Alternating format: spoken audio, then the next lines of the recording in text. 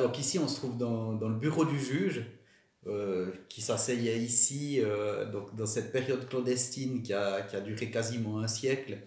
Les clandestins, surtout entre les années 60 et 90, se faisaient arrêter, entre guillemets, en tout cas ils se faisaient attraper, et puis ben, ils venaient ici dans le bureau du juge, où ils passaient généralement un mauvais quart d'heure, puisqu'ils repartaient avec quelques milliers de francs d'amende.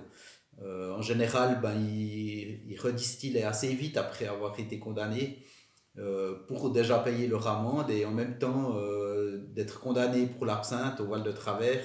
C'était presque une publicité, hein, une carte de visite, puisque les jugements passaient dans la presse locale, et de ce fait, ben, les gens connaissaient tout d'un coup un clandestin qui pouvait leur livrer de l'absinthe. Alors oui, effectivement, on parlait jamais d'absinthe ici au Val de Travers. Tout le monde était au courant, mais personne n'en parlait. Et quand on voulait commander de l'absinthe à un producteur, par exemple, mon papa, j'étais assez petit et il commandait des lapins.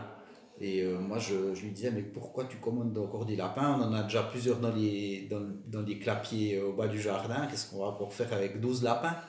Et finalement, après plusieurs commandes, il m'a dit, écoute, tu verras, on va recevoir quelque chose demain en fin de journée.